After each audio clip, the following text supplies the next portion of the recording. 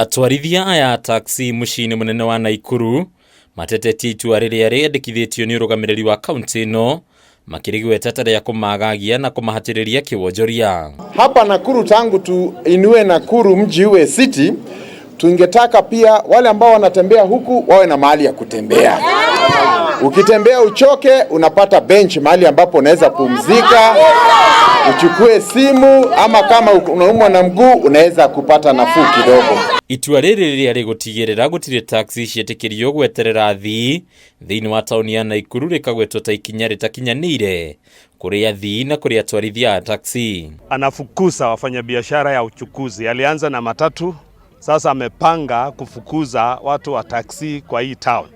Ndio unaona ya kwamba hata ile koti ambao wanalipa ya parking imeenda juu, na amekataa kukaa chini na wafanyabiashara wa taxi vile alikataa kukaa chini na wafanyabiashara ya matatu. Matongoretio ni Fred Nyakundi, onjoria maugite makoretwo makigirira ihinda iritu ria kiwonjoria na ikinya riothe ria kumanyihiria umithio wao rigutigirira aingi ao marika hathara-ini.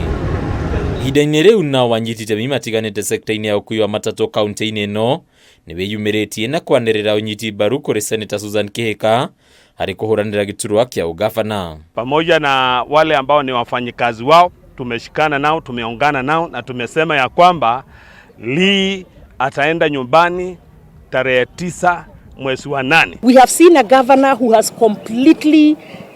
completely just finished our small businesses, especially in this town, where he just threw out the matatus with no regard to what would happen to those livelihoods. Matongoretio ni Stephen Mulio joria maugite Kihika ni mutongoria wiyumiritie king'ang'a-ini kwirandira gukamateithiriria kweheria hathara guku akimerera unyitaniri hindi ya gukinyaniria matua ma kaunti ino. Susan ametuhakikishia akiingia kwa ofisi atarudisha biashara zote hapa town.